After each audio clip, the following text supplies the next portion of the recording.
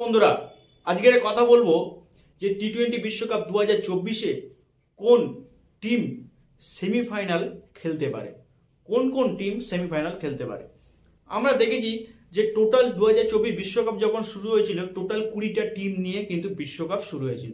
তার মধ্যে কিন্তু 12খানা টিম কিন্তু বিদায় নিয়ে নিয়েছে।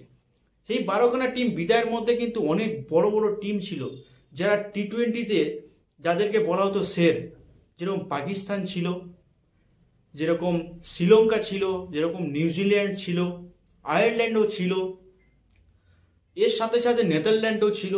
আরও যেসব টিমগুলো যেগুলো বিদায় নিয়েছে সেগুলো কিন্তু সেই সব টিম কিন্তু পরের বিশ্বকাপের জন্য প্রস্তুতি নেবে, তাদের একটা চিন্তা ভাবনা।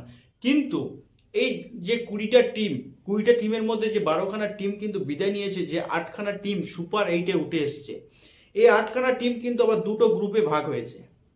প্রথম গ্রুপে আছে ইন্ডিয়া, অস্ট্রেলিয়া, বাংলাদেশ, আর রয়েছে ওর সাথে আফগানিস্তান।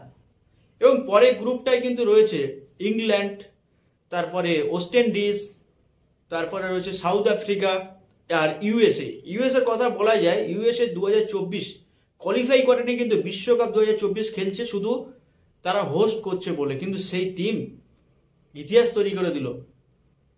2024-এ তারা সুপার 8-এ উঠে গেছে। এইবার দেখা যাক এই দুটো গ্রুপ থেকে কোন 4টে টিম সেমিফাইনালে যেতে পারে।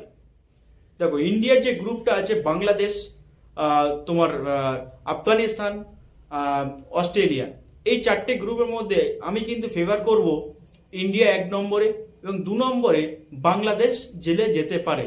অস্ট্রেলিয়ার চান্সটা অনেকটাই কঠিন, কারণ অস্ট্রেলিয়ার মিডল অর্ডারে ততটা ফর্মে নেই, বোলিংয়ের অতটা ধার নেই।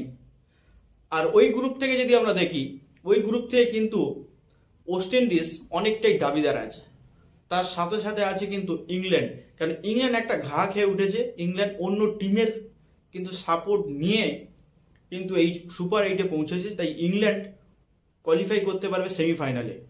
তো এখন দেখা যাক কোন 4টে টিম। আমার মন্তব্য সাথে যদি তোমাদের মিল থাকে অবশ্যই কমেন্টে অবশ্যই জানাবে। যদি ভিডিওটা ভালো লাগে অবশ্যই চ্যানেলটাকে সাবস্ক্রাইব করবে। দেখা হচ্ছে নেক্সট ভিডিও।